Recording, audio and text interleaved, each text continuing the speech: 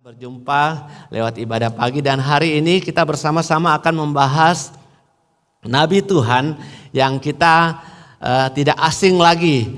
Dia adalah Yunus. Yunus adalah seorang nabi yang dari kecil sudah pernah kita dengar kisah ceritanya. Bolehkah saya tahu di antara Bapak Ibu yang hadir, siapa di sini yang sama sekali belum pernah mendengar cerita Nabi Yunus yang ada di dalam Alkitab? Boleh acungkan tangannya? Wah, semua sudah pernah mendengarkan ceritanya. Saya juga sudah mendengar cerita ini dari kecil. Dan bahkan beberapa tempat umum yang saya kunjungi, saya pernah pergi ke sebuah rumah sakit Kristen. Di situ ada tempat perawatan anak-anak. Saya melihat gambar Yunus. Saya pernah masuk ke toko-toko buku, itu toko buku bukan toko buku Kristen, tapi toko buku umum, Gramedia. Di situ terpampang gambar buku Yunus, tapi cukup besar di beberapa tempat. Bukan cuma itu saja. Bahkan di tempat perbelanjaan di mall, saya tidak tahu, mungkin pemiliknya itu adalah orang Kristen yang suka sama Yunus. Dia juga taruh gambar Yunus di dinding tempat jualan bukunya. Nah, Bapak Ibu Saudara terkasih, ketika kita melihat Yunus, selalu ada satu teman baiknya. Tahu siapa dia? Siapa? Yaitu seekor ikan, betul. Ya, selalu ada teman baiknya seekor ikan. Nah, saya mau tanya, menurut Bapak Ibu, ikan yang ada bersama Yunus itu adalah musuhnya dia atau temannya dia, sahabatnya dia? Siapa yang bilang ikan itu musuhnya Yunus? Ya, semuanya penuh. Siapa bilang ikan itu sahabatnya Yunus?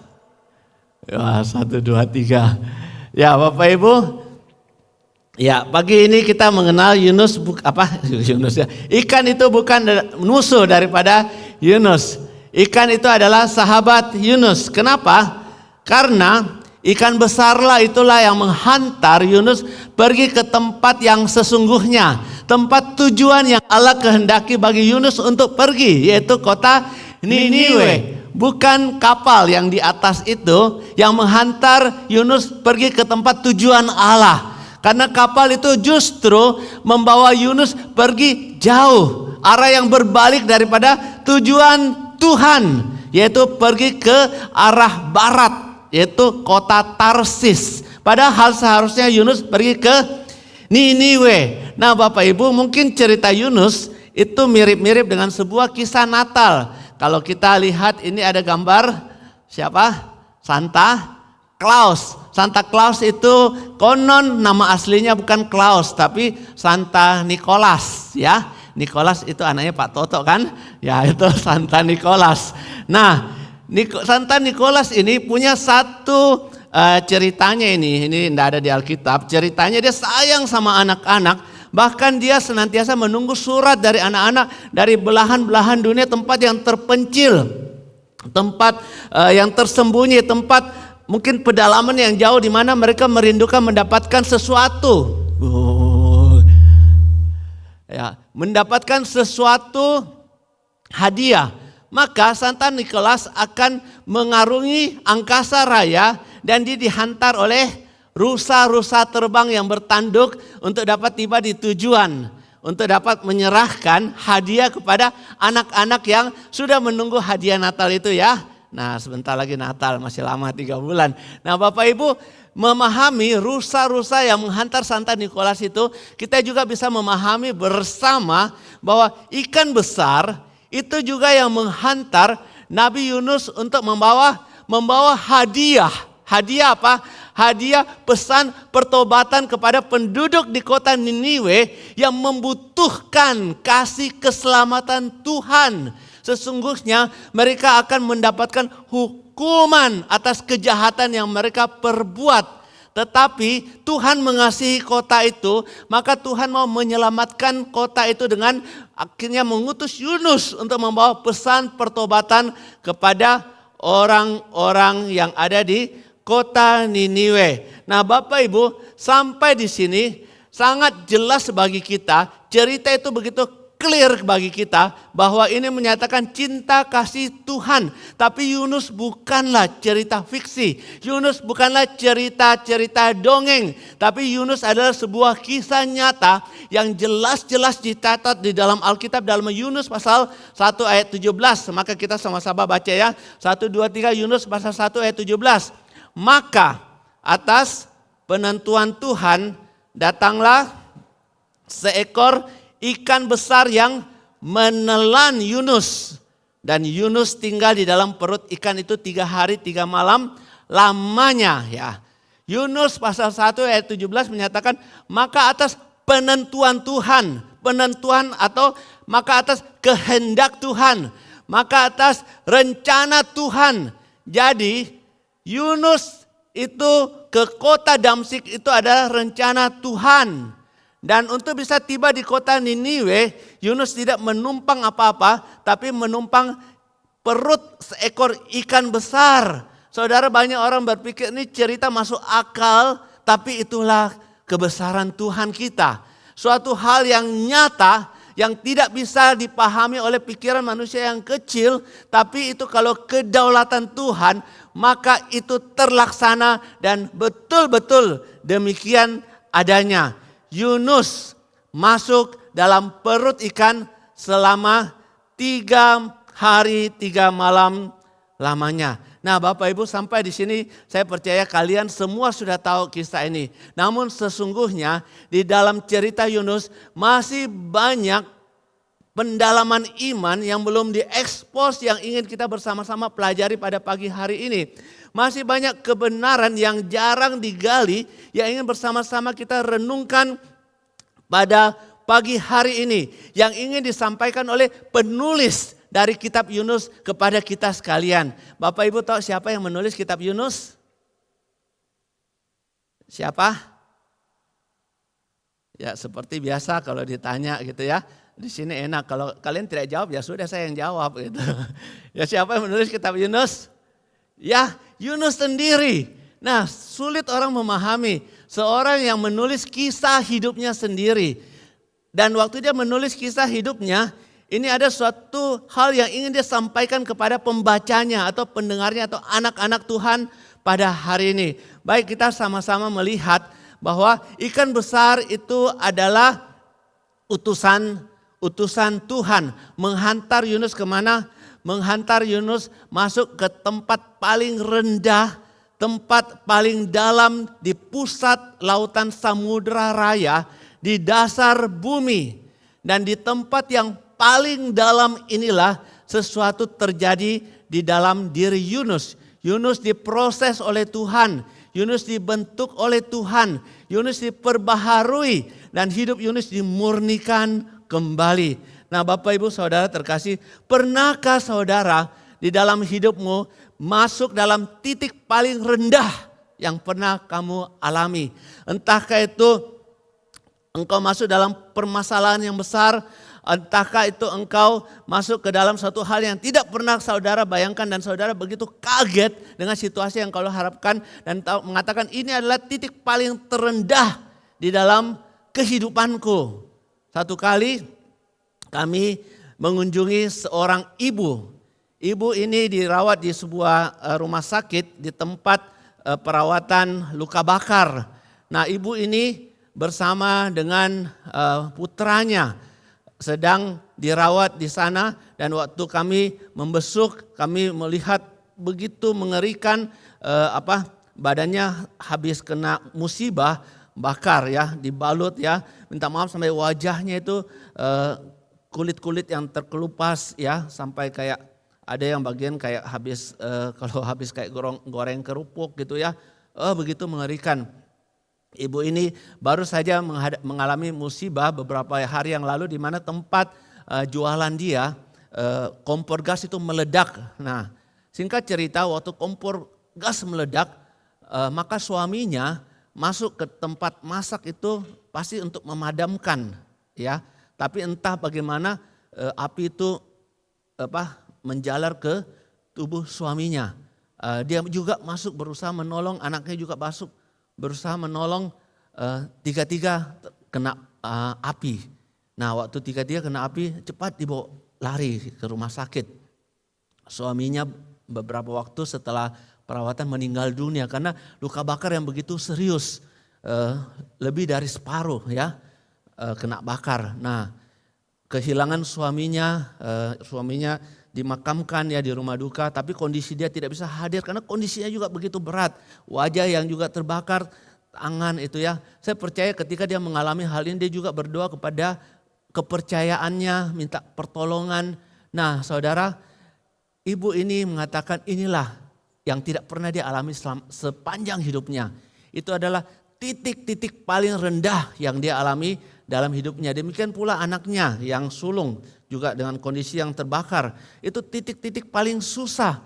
Nah seseorang yang masuk dalam titik terendah dalam hidupnya seringkali berpikir ini adalah akhir dari segalanya. Sepertinya sudah tidak ada lagi suatu kekuatan untuk bisa bangkit, memulai kembali, maju kembali, mencapai impian apa yang ingin mereka capai bersama sebagai keluarga. Nah itu titik terendah. Satu cerita lagi, satu kali saya dapat kabar seorang jemaat meninggal, masih usia sangat muda, anaknya satu saja masih kecil ya, masih SD. Nah Bapak Ibu Saudara terkasih, waktu kami sampai di tempat kedukaan, anaknya masih kecil itu menangis bilang, "Lause, papa sudah tidak ada, papa sudah tidak ada." Nah waktu dia dengar itu ya, kita begitu juga hati kami begitu digerakkan oleh kesedihan itu, dan kami menyadari anak ini berada pada titik yang begitu rendah dalam hidupnya. Tidak tahu bagaimana menjalani hari esoknya tanpa kehadiran seorang ayah yang sangat dia andalkan. Nah Bapak Ibu Saudara, kalau kita melihat kondisi Yunus dalam perut ikan, Yunus pun mengalami titik paling rendah di dalam hidupnya. Dia ingin dengan keinginannya untuk pergi suatu tempat yang jauh dari hadapan Tuhan. Tapi saudara, karena yang dia lawan itu Tuhan ya, saudara jangan coba-coba lawan Tuhan. Yang dia lawan itu Tuhan, dia tidak bisa mencapai apa yang dia inginkan. Sehingga apa yang terjadi, dia akhirnya turun ke dalam kedalaman jurang laut yang paling dalam.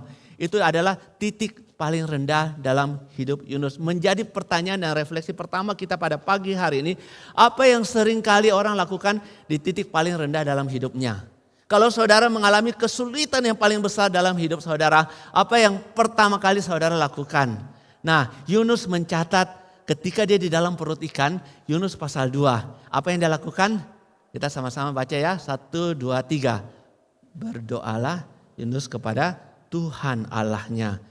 Dari dalam perut ikan itu katanya, dalam kesusahanku aku berseru kepada Tuhan dan ia menjawab aku.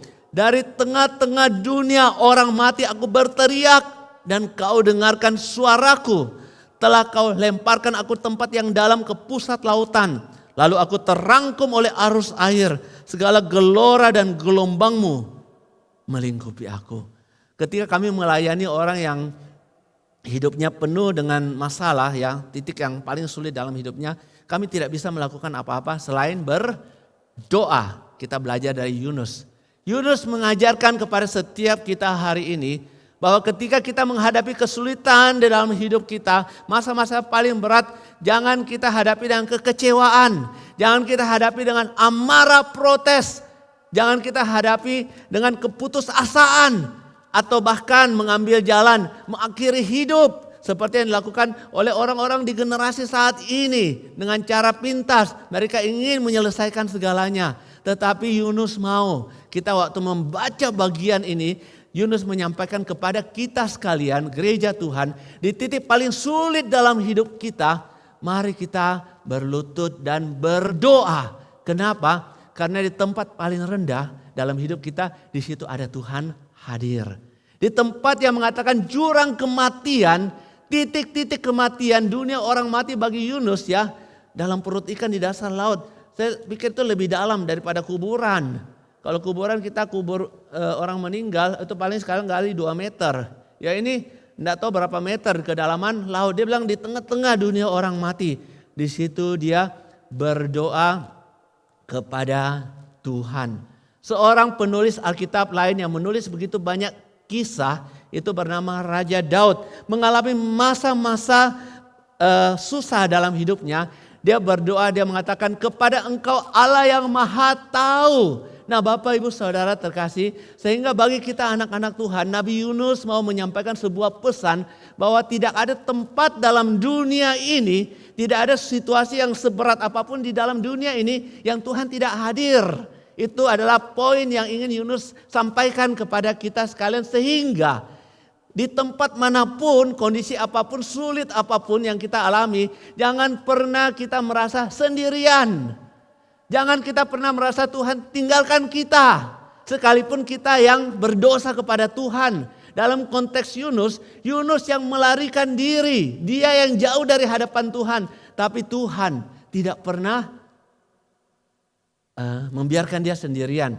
Boleh kita katakan justru suara Tuhan yang mengejar Nabi Yunus. Nah Bapak Ibu Saudara terkasih, Daud pernah menulis kalimat ini. Dia bilang di tempat bagian bumi yang paling bawah ya.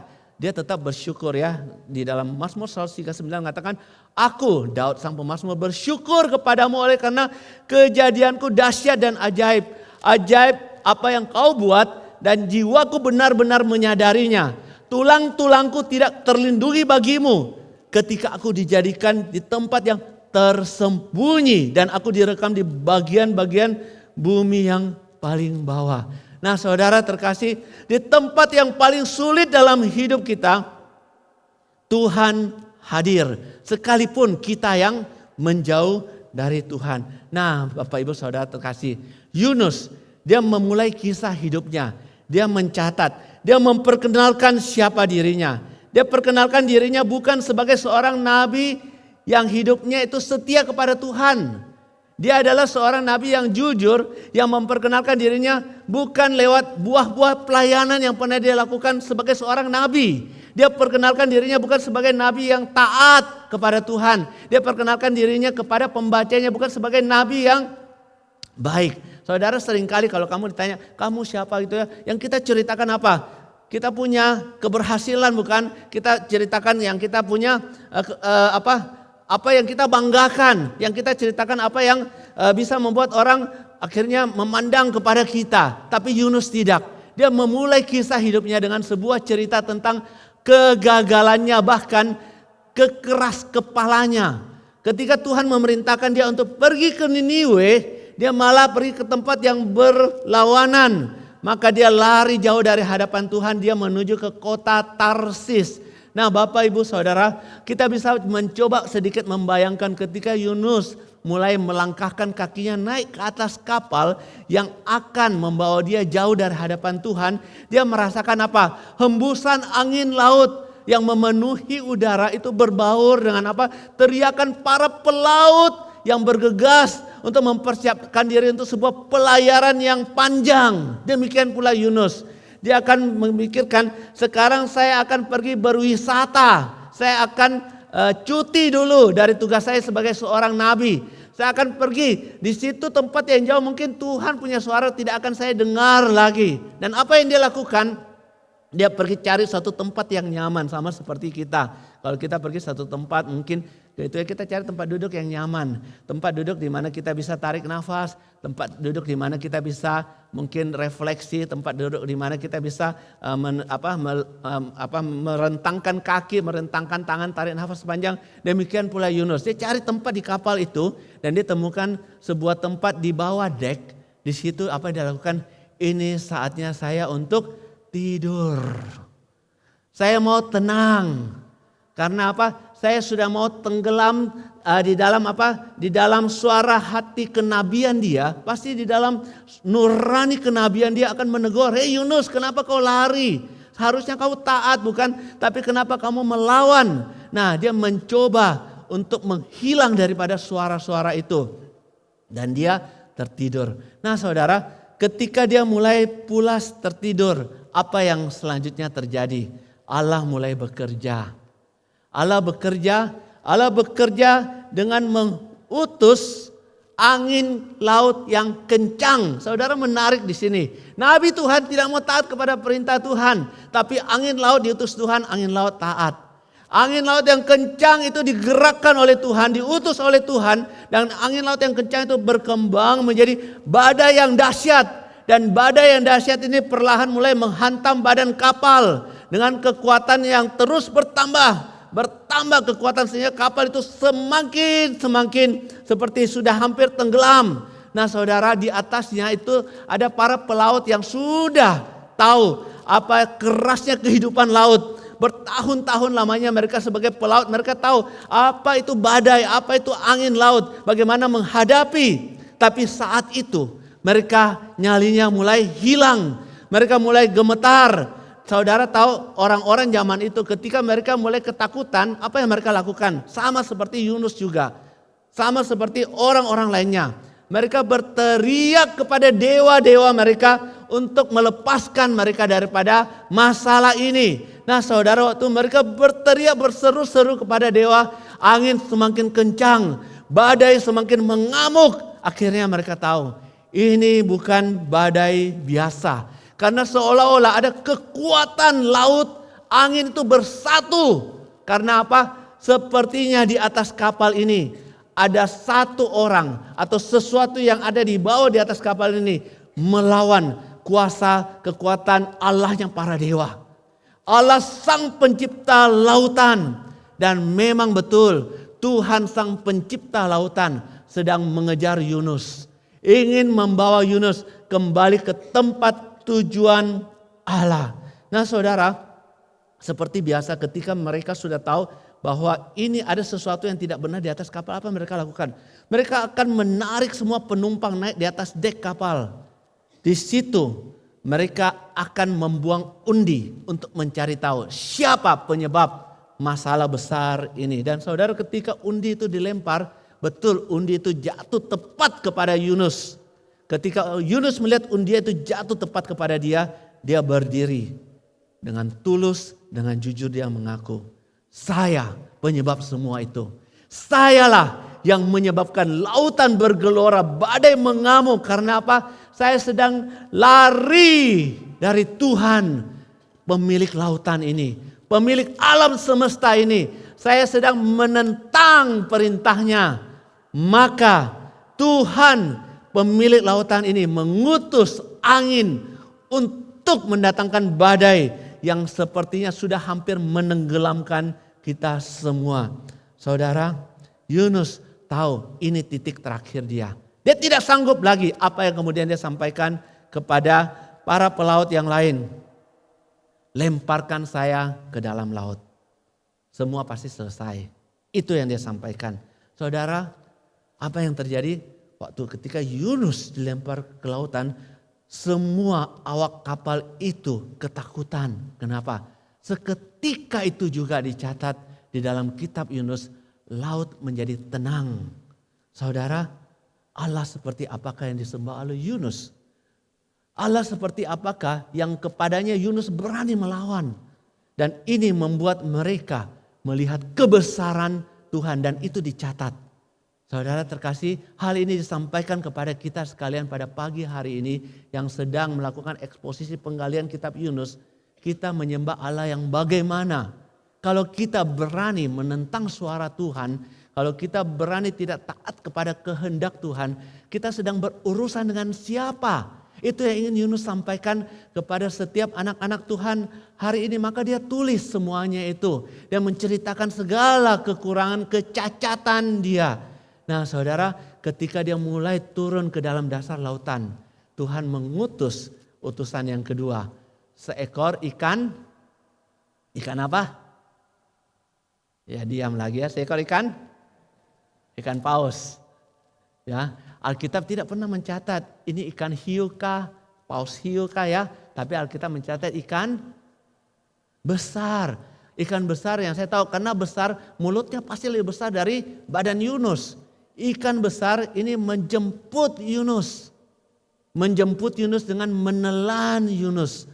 Saudara, perut ikan besar ini menjadi alat transport Yunus. Ini menjadi kapal spesial yang Tuhan utus. Boleh dikatakan itu menjadi hotel buat Yunus. Selama 3 hari 3 malam di Samudra Raya. Nah saudara, di dalam perut ikan itulah Yunus mengalami proses Tuhan. Hidup Yunus dikalibrasi oleh Tuhan, ditransformasi oleh Tuhan. Dia mulai kembali melihat apakah hidupnya yang harus dia lakukan sebagai seorang nabi Tuhan. Saudara, kalau saudara menjadi seorang Kristen, apakah hidupmu sudah sepadan dengan panggilanmu sebagai seorang Kristen? Kalau seorang sebagai pelayan Tuhan, apakah hidup yang kita jalani sudah sepantasnya mencerminkan sebagai seorang pelayan Tuhan? Kalau saudara sebagai seorang hamba Tuhan, apakah hidupmu sudah menggambarkan hidupmu sebagai seorang hamba Tuhan? Kalau hidupmu sebagai seorang nabi Tuhan, ya, di sini tidak ada nabi Tuhan. Nah, seperti Yunus kembali ditegur oleh Tuhan dan Yunus catat sendiri bagaimana Tuhan menegur dia. Dan di dalam perut ikan terjadi sebuah pertemuan. Itu dibilang the sanctuary, tempat ibadah gitu ya, tempat perjumpaan dari seorang yang melawan Tuhan dengan pribadi Tuhan. Saya bisa menggambarkan perut ikan itu bisa menjadi apa? Kayak kita gereja hari ini kita memuji Tuhan, kita berjumpa dengan hadirat Tuhan. Tuhan bisa menjadikan perut ikan sebagai sebuah tempat pertemuan yang indah antara pribadi Yunus dengan Tuhan. Saudara, sampai sini mungkin kita bisa mendapatkan satu poin yang indah. Di titik paling rendah dalam hidup kita, itu bisa menjadi sebuah sanctuary, kemah suci. Tempat yang mungkin tidak pernah kita bayangkan, situasi yang tidak pernah kita bayangkan menjadi tempat ibadah. Di mana diri kita bisa berjumpa dengan Sang Pencipta alam semesta. Kenapa? Karena kita tidak bisa pergi tempat lain lagi. Yunus tidak bisa kemana-mana lagi. Dia mau keluar dari perut ikan? Tidak mungkin kan? Dia mau masuk lebih dalam lagi, kena ekornya? Ya, juga tidak mungkin. Kena bagian-bagian lainnya? Juga tidak mungkin. Dia tidak bisa kemana-mana. Tapi disitulah Tuhan memproses Yunus. Tuhan memproses Yunus untuk apa? Dua hal. Pertama, Tuhan memproses Yunus dalam perut ikan untuk semakin mengenal siapa dirinya. Saudara, Tuhan memproses Yunus juga di dalam perut ikan untuk semakin mengenal siapa Tuhan. Di dalam hidup kita, seringkali Tuhan datang menghampiri kita. Tuhan mau sedang membentuk diri saudara, membentuk diri saya untuk mengenal kita lebih dalam. Karena apa? Sesungguhnya yang lebih mengenal bukan kita sendiri, tetapi Sang Pencipta kita. Tuhan juga mau agar kita semakin mengenal Dia, Allah yang kita sembah, Allah yang kita puja di tempat-tempat yang paling sulit. Dan kemudian Yunus mencatat siapa dirinya. Yunus memperkenalkan dirinya kepada kita sebagai seorang apa? Pemimpin rohani. Dia seorang pengkhotbah. Saudara, nanti kalau dengar khotbahnya Yunus, itu 120.000 orang bertobat. Saudara bisa membayangkan ya, sulit kita pahami. 20 orang bertobat kita sudah pesta luar biasa. 120.000 orang. Dia seorang pengkhotbah. Tetapi dia seorang pemimpin rohani pengkhotbah yang titik-titik. Pertama, egois. Yang cinta diri. Dia adalah seorang pemimpin rohani yang pendendam. Dia tahu siapa Niniwe dan kejahatan yang dilakukan oleh Niniwe. Dan dia dendam kepada mereka. Yunus memperkenalkan dirinya sebagai seorang yang keras kepala. Yang tidak mau taat kepada Tuhan. Yang nyata-nyata dia lari dari kehendak Tuhan. Dan Yunus dikuasai oleh praduga dia, prasangka dia.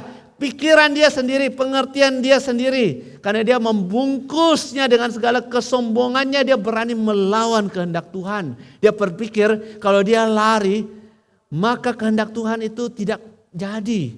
Dia bisa keluar daripada rancangan Tuhan. Nah, itulah Yunus. Saudara, Yunus mau memberitahukan kepada juga setiap pemimpin-pemimpin gereja hari ini. Pemimpin-pemimpin rohani. Kita kadang-kadang bisa berjubahkan jubah yang dihormati orang, tapi hati kita egois. Kita mungkin bisa menjadi orang yang punya posisi penting di dalam rumah Tuhan. Tetapi kita juga adalah seorang yang pendendam. Tapi tidak ada orang yang tahu. Tapi Yunus kasih tahu. Saya mengakui diri saya orang yang demikian. Kita bisa menjadi seorang yang keras kepala. Tidak mau dibentuk oleh Tuhan. Makanya Yunus menulis kitab ini supaya ketika kita baca dan kita pelajari bersama, Yunus mau kita juga mengalami proses pembentukan. Tapi saudara, saya berdoa jangan sampai kita masuk perut ikan, baru kita sadar, baru kita bertobat seperti Yunus. Mungkin sudah ada waktunya kita untuk berbalik. Tidak usah harus jauh dari hadapan Tuhan. Kalau Tuhan mau kita berbalik sekarang, Tuhan memanggil kita. Wah, Tuhan terima kasih. Saya mau cepat-cepat respon. Kalau hati saya keras, Tuhan lembutkan saya. Dan Yunus mau pembacanya anak-anak hari itu nih. Jangan seperti dia. Jangan seperti dia. Yang akhirnya harus turun ke dasar samudera. Nah, hal yang kedua yang Yunus mau sampaikan kepada kita, yaitu mengenal siapa Tuhan.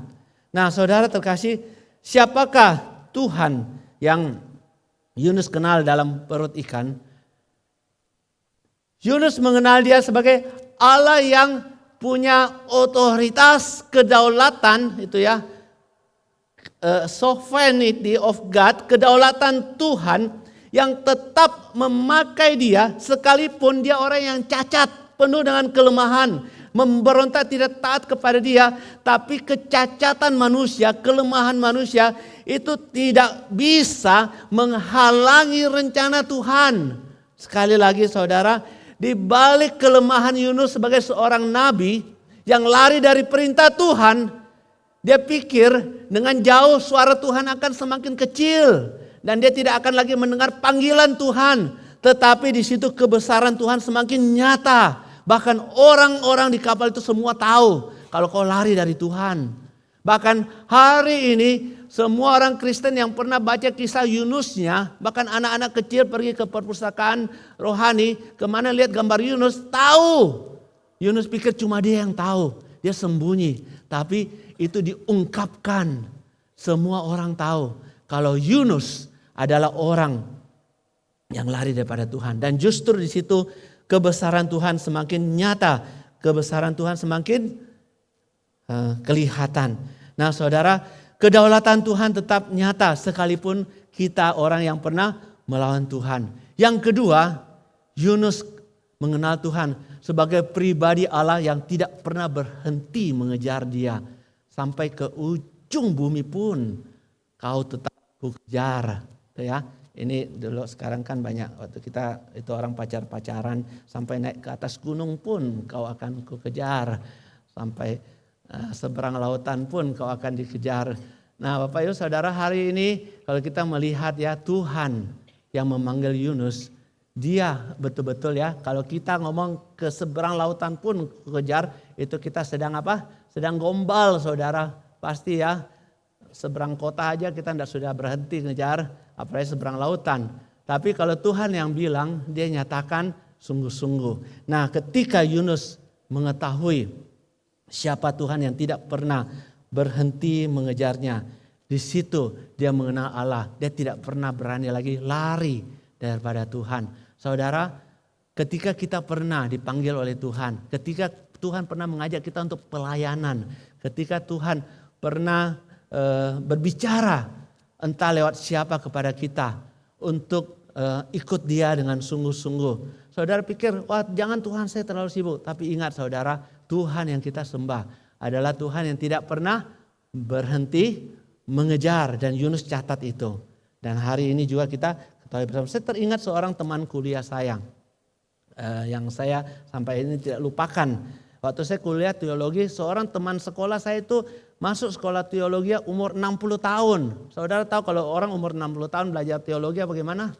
Dia dari muda sudah ada panggilan, tapi lari-lari ya, hatinya gelisah-gelisah. Tapi saya kasihan waktu kami di kantin sekolah ya, di asrama sekolah kerja tugas, apa yang saya kasihan sama dia? Dia kerja tugas pakai kaca pembesar, saudara. Matanya tidak bisa lihat, itu tulisan di buku yang begitu detail. Dan dia kerja tugas begitu ini ya. Dan saudara, hal yang pasti apa? Buah-buah pelayanannya sudah pasti tidak bisa banyak. Tenaganya sudah pasti terbatas. Dia sudah habiskan masa mudanya untuk melakukan keinginannya. Tapi pengejaran Tuhan tidak pernah berhenti. Saudara, kalau ada panggilan menjadi hamba Tuhan, cepat respon sekarang ya. Jangan sampai kita terlambat. Kalau ada panggilan untuk melayani Tuhan, kalau ada panggilan untuk mengikut Tuhan dengan sungguh-sungguh, membaca firman-Nya, jangan sampai mata kita sudah katarak atau sudah kena glukoma. Saudara, sudah terlambat. Kalau saat ini ada suara Tuhan mengingatkan kita, kalau Tuhan sedang menyapa saudara, ingin saudara melakukan kehendaknya, cepat berespon. Yunus tahu itulah panggilan Tuhan baginya. Yang ketiga, saudara, di dalam perut ikan, di situ dicatat bahwa Yunus mengenal keadilan Allah. Keadilan Allah yang dibungkus dengan anugerah pengampunan kasih setia dan belas kasihan Tuhan. Saudara, seolah-olah khotbah saya hari ini adalah khotbah yang orangnya Cina-Cina itu Yunus ya, jelek-jelekin Yunus. Saudara, kita perlu tahu sebenarnya Yunus ada alasan kenapa dia lari daripada hadapan Tuhan. Nah, kalau kita lihat di kitab 2 Raja-Raja pasal 14 ayat 25, Yunus itu sebenarnya hidup di masa Raja Yeroboam sedang memerintah. Jadi itu pemerintahan Yeroboam II. Dan saat itu Yunus karena dia seorang nabi, dia menyerukan sebuah kebesaran kepada raja. Ya, kalau kita lihat 2 Raja-Raja 14 ayat 25 mencatat demikian. Yunus mengucapkan kata-kata kemenangan bagi Raja Yeroboam. Ia mengembalikan daerah Israel dari jalan masuk ke Hamat sampai ke Laut Araba sesuai dengan firman Tuhan Allah Israel yang telah diucapkannya dengan perantaran hambanya, yaitu Yunus bin Amitai dari Gad Hefer. Jadi saat itu Yunus barusan mengucapkan sebuah ungkapan kenabian bahwa Tuhan akan memberkati Raja Yeroboam II. Kerajaan Yeroboam II akan berkembang dari Laut Araba, Hamatnya sampai ke Laut Araba. Artinya apa? Daerah kekuasaan Israel itu akan mengalami kemenangan-kemenangan itu ya. Dan mereka tahu saat itu bangsa Asyur adalah bangsa yang paling dibenci oleh bangsa-bangsa lain karena kejahatan mereka. Mereka sangat tidak layak untuk menerima kasih Tuhan. Nanti saya ceritakan sedikit tentang Niniwe. Nah saudara, hal ini menimbulkan sebuah bentrokan, clash di dalam diri Yunus ketika Tuhan memerintahkan dia untuk membawa pesan pertobatan. Karena kalau dia bawa pesan pertobatan, dia tahu bangsa itu akan bertobat. Dia adalah suara Tuhan yang punya wibawa luar biasa. Nah saudara, Niniwe itu brutal sekali. Dia bukan cuma musuh bagi bangsa-bangsa, tapi musuh secara khusus juga bagi bangsa Israel. Karena dia menteror bangsa-bangsa dengan perbuatan-perbuatan yang biadab. Minta maaf kalau saya katakan, kebiadaban bangsa Asyur yang ibu kotanya Niniwe itu lebih kejam daripada ISIS yang pernah kita dengar. Ketika mereka, tentara Niniwe ini, ketika dia sudah mengalahkan musuhnya, maka tawanan perangnya akan dia siksa. Cara penyiksaannya begitu biadab ya. Minta maaf ya kalau cerita ya. Kalau mereka jumpai ada ibu hamil, maka mereka akan memotong perut ibu, mengeluarkan bayinya dengan penuh tawa kebanggaan, kepuasan. Bayi itu dilempar ke tembok kota dan hancur, dan jipratan darah itu menimbulkan rasa puas bagi tentara Niniwe. Kejam sekali. Waktu dia lihat tertawa ya, musuh-musuhnya itu ya, dia hancurkan tubuhnya. Tahu saudara bagaimana dia hancurkan tubuhnya? Dia akan mengikat tangan kiri kanan, kaki kiri kanan pada 4 ekor kuda perang. Lalu dipukul kuda itu lari ke 4 arah yang berlawanan sehingga tubuh hancur. Dan mereka terkenal dengan bangsa yang menyiksa dengan begitu sadis. Jadi musuhnya itu disiksa dengan cara yang begitu kejam. Itu ya sampai minta maaf ya dia menguliti sampai mati. Nah itu yang mereka lakukan dan itu menimbulkan suatu trauma, kebencian luar biasa. Dan kejahatan Niniwe itu mempresentasikan dunia yang begitu biadab yang ada pada saat itu. Dan kejahatan manusia yang dipenuhi oleh dosa. Dan Niniwe itu ekspresikan keluar lewat sebuah tindakan. Kadang-kadang ada orang yang begitu jahat dalam hatinya, tapi dia tidak berani ekspresikan keluar. Tapi Niniwe bisa mengekspresikan keluar. Oleh sebab itu Yunus sangat tidak mau pergi ke kota Niniwe untuk khotbah pesan pertobatan. Bagi Yunus itu bukan cuma tugas yang menakutkan, tetapi itu adalah tugas yang tidak pernah dia pahami, yang tidak dia mengerti sebagai seorang nabi. Ini bukan masalah takut lagi saudara, tetapi masalah tentang keadilan. Bagaimana kota dengan penduduk yang begitu jahat itu bisa diampuni Tuhan. Saudara, Yunus tidak mau. Sehingga Yunus yang bukan karena ego pribadinya, tapi dia memikirkan akan nama bangsanya, kepuasan bangsanya. Dengan kata lain, kalau dia pergi ke Niniwe, maka dia akan dicela oleh bangsanya sendiri. Kenapa kamu pergi memberitakan berita pertobatan, membawakan hadiah pengampunan kepada bangsa yang begitu jahat? Dia mungkin akan dibenci oleh bangsanya, itu nasionalisme Yunus. Saudara terkasih, tapi di dalam perut ikan itu, disitulah Yunus mengenal siapa Allah itu. Ya, kalau kita lihat tadi ya, dia adalah Allah yang penuh anugerah, pengampunan, kasih setia dan belas kemurahan, gitu ya. Penuh dengan kemurahan, terus mau menyatakan kebaikannya. Saudara, sampai di sini Yunus mengenal siapa Tuhan di dalam hidupnya. Tuhan yang ia layani. Saudara, urusan balas dendam, kembali lagi ya, kebencian itu ya. Tuhan mau jangan ada dalam pikiran anak-anak Tuhan. Tapi Tuhan mau memproses Yunus supaya Yunus mikirkan yang baik. Sekalipun di situ orang berbuat jahat kepada bangsa Israel. Tapi kamu tidak boleh balas dengan kejahatan. Itu yang diajarkan Tuhan Yesus, bukan? Tuhan Yesus mengajarkan kepada murid-muridnya. Kalau kamu mengikut aku, kamu harus melakukan apa yang Bapamu ajarkan kepadamu. Bahkan satu perintah yang begitu sulit untuk kita pahami apa? Kasihilah ya, kasihilah.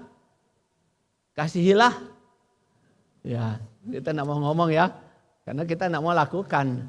Kasihilah. Ayo, 1, 2, 3, kasihilah. Lebih kencang lagi, kasihilah. Itu yang Tuhan mau dilakukan oleh Yunus. Kasihilah Niniwe. Kita tidak diajarkan untuk membalaskan kejahatan kepada orang yang menjahati kita. Tetapi kita diajarkan, Nabi Yunus diajarkan mengasihi mereka. Saudara, sebagai penutup khotbah pada pagi hari ini, apa kisah indah Yunus yang kita dapatkan hari ini? Saudara, pertama, kisah indah yang kita peroleh, Tuhan bisa pakai apa saja untuk melakukan kehendaknya. Sekalipun Nabi Tuhan tidak mau taat, Tuhan bisa pakai angin ribut, bukan? Angin ribut mau taat kok sama Tuhan. Kalau kita manusia, anak-anak Tuhan, hamba-hamba Tuhan, pelayan-pelayan Tuhan, keras kepala, Tuhan pakai itu ikan besar untuk membawa Yunus sampai ke Niniwe. Saudara, sampai di sini kita mengenal namanya Tuhan. Dia bukan Tuhan atas kita saja. Dia juga Tuhan atas angin badai. Artinya ketika dia memerintahkan angin badai taat. Artinya apa? Karena dia juga Tuhan atas ciptaannya angin badai ini. Angin badai ini pun utusan Tuhan. Itu hal yang kita dapatkan. Saudara, dimanapun saudara berada, ketika Tuhan mengutus sesuatu yang ada yang kita tidak sangka-sangka. Yunus tidak pernah membayangkan ada angin badai yang akan membawa dia kembali ke Niniwe. Yunus tidak pernah membayangkan ada ikan besar yang akan membawa dia kembali ke Niniwe. Yang dia bayangkan apa? Dia akan tidur enak. Dan sampailah dia ke Tarsis. Tapi Tuhan mengutus untuk mengembalikan. Kisah indah Yunus hari ini, yaitu begitu banyak masalah kalau kita lari dari hadapan Tuhan. Tapi justru di dalam perjalanan, di perut ikan itulah Yunus mengalami sebuah titik balik. Kembali kepada jalan yang benar ya. Saudara, hari ini saya lihat wajah-wajah orang semua wajah-wajah orang di jalan benar. Tidak ada di jalan orang yang sesat ya. Bersyukur kita bukan Yunus ya. Tapi ada yang namanya Yunus ini? Mungkin ada tapi nama angkat tangan lagi ya.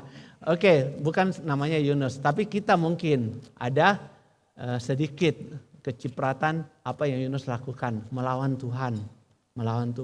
Tapi ingat, diingatkan kepada kita bisa dibalikkan kembali kepada Tuhan. Saudara, ikan besar bukanlah kematian, kehancuran buat niat Yunus, menutup rencana, bukan. Tapi ikan besar adalah keselamatan bagi Yunus. Kedalaman lautan yang paling dalam adalah kisah ilahi. Tuhan mentransformasi Yunus sehingga dicatat dalam Yunus pasal 2, Yunus memuji Tuhan. Yunus bersyukur kepada Tuhan. Lalu 2 ayat 10 mengatakan ikan itu pun memuntahkan Yunus ke darat. Saudara, luar biasa. Ikan ya, dia tidak minta sama Tuhan, Tuhan saya coba dulu sedikit kakinya gitu ya. Kan dia sudah lari daripadamu ya, biarlah dia saya muntahkan kakinya tinggal 1 ya, supaya dia ingat jangan lagi lari daripada Tuhan. Tidak ya, dia muntahkan seluruhnya ya. Dia tidak berani sentuh, ganggu, bikin Yunus itu ada cacat ya, mungkin tanda dia ada dalam perut ikan. Dia dimuntahkan keluar. Setelah itu di situ Tuhan kembali berfirman kepada Yunus kedua kalinya. Tuhan bilang apa? Bangunlah Yunus, pergilah ke Niniwe, kota yang besar itu. Sampaikanlah seruan yang kufirmankan kepadamu. Saudara tahu apa khotbah Yunus? Khotbah Yunus bukan seperti khotbah saya yang hari ini sudah 30 menit, 40 menit ya, sudah 45 menit. Tapi Yunus khotbahnya cuma ini, 40 hari lagi Niniwe akan ditunggang balikan. Dia keliling kota Niniwe. Itu Niniwe besarnya 3 hari 3 malam perjalanan. 40 hari lagi kota Niniwe akan ditunggang balikan. 40 hari lagi kota Niniwe itu akan ditunggang balikan. Sehingga semua orang keluar rumah, ini orang bicara apa? Dan itu bukan cuma apa, raja di Niniwe, Raja Asyur pun dari istananya mendengar. Dia ngomong apa? 40 hari lagi kota Niniwe akan ditunggang balikan Tuhan. Saudara, saya tidak tahu apakah mereka melihat ikan besar datang ke pantai Niniwe, kemudian mengeluarkan Yunus. Sehingga waktu Yunus berbicara dalam kondisi kuat, ini pasti suara yang penting. Saya tidak tahu, tidak dicatat. Tapi yang Alkitab catat, begitu mereka mendengarkan khotbah, maka seluruh kota Niniwe, dari anak-anak, orang dewasa, raja, pembesar, semua bertobat. Kemudian raja memerintahkan semua pakai kain kabung, saudara. Semua pakai kain kabung. Bahkan apa? Ternak-ternak pun dikasih pakai kain kabung. Puasa, berseru minta pertobatan kepada Tuhan. Mungkin kalau kita minta Tuhan mengampuni dosa kita, kota Niniwe akan diampuni oleh Tuhan. Mereka bertobat. Saudara, luar biasa Yunus itu. Tidak ada panitia KKR, tidak ada persiapan latihan sana sini. Tetapi dia cuma berteriak-teriak sepanjang kota Niniwe, memerintahkan perintah pertobatan, dan seluruh kota Niniwe yang dicatat itu 120.000 orang semuanya bertobat. Kalau dibilang angkat tangan semua, gereja kita cuma muat 400 bangku, 120.000, berapa besar daripada gereja ini. Semua bertobat atas seruan Yunus. Sampai di sini kita bisa melihat bersama bahwa Tuhan kasih setianya begitu nyata. Maka mereka bisa kembali kepada Tuhan. Ketika mereka bertobat, apakah Yunus pesta pora? Yunus lakukan apa? Dia marah. Ya heran, kalau kita ada satu orang percaya Tuhan, kita bilang, puji Tuhan, seluruh malaikat surga bersuka cita. Tapi Yunus marah, saudara, dia kesel. Itu Yunus catat lagi, itu menandakan itulah manusia. Kita sekalipun sudah diampuni Tuhan, diberkati, dipakai Tuhan, kadang-kadang kita bisa ngomel. Saudara sini yang suka ngomel siapa?